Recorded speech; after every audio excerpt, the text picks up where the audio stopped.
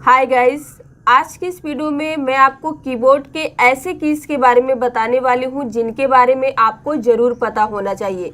देखिए, फर्स्ट है हमारा डेल या फिर डिलीट। किसी कीबोर्ड में आपको डेल लिखा मिलेगा और किसी कीबोर्ड में पूरा डिलीट लिखा रहता है।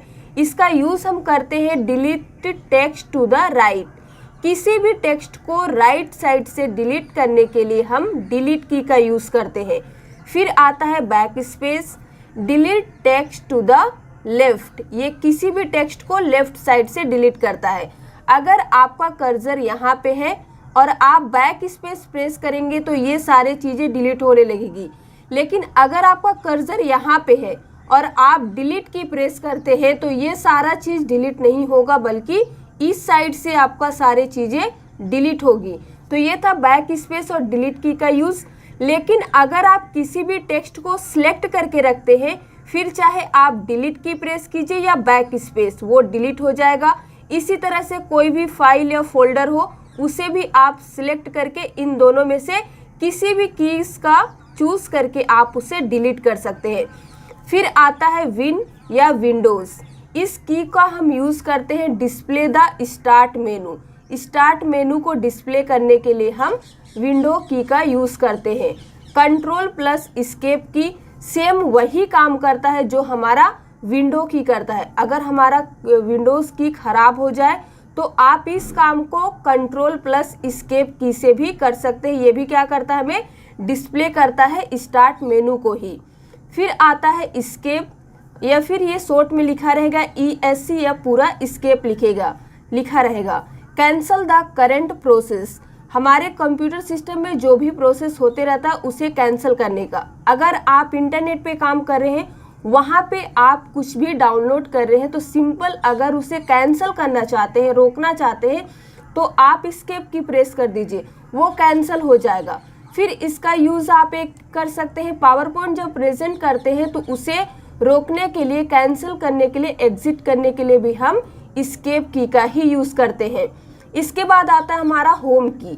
First page first line. Simple समझ लीजिए कि फर्स्ट पेज और फर्स्ट लाइन का मतलब ये है कि अगर आपका डॉक्यूमेंट 10 पेज का है, आप उसे रीड करते करते 5 या 6 पेज पे पहुंच चुके हैं, आप फर्स्ट पेज पे जाना चाहते हैं तो होम की प्रेस कर दीजिए।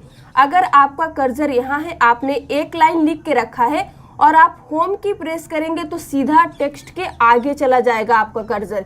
यह है होम की का यूज़। फिर आता है हमारा एंड की। ये क्या करता है, लास्ट पेज लास्ट लाइन।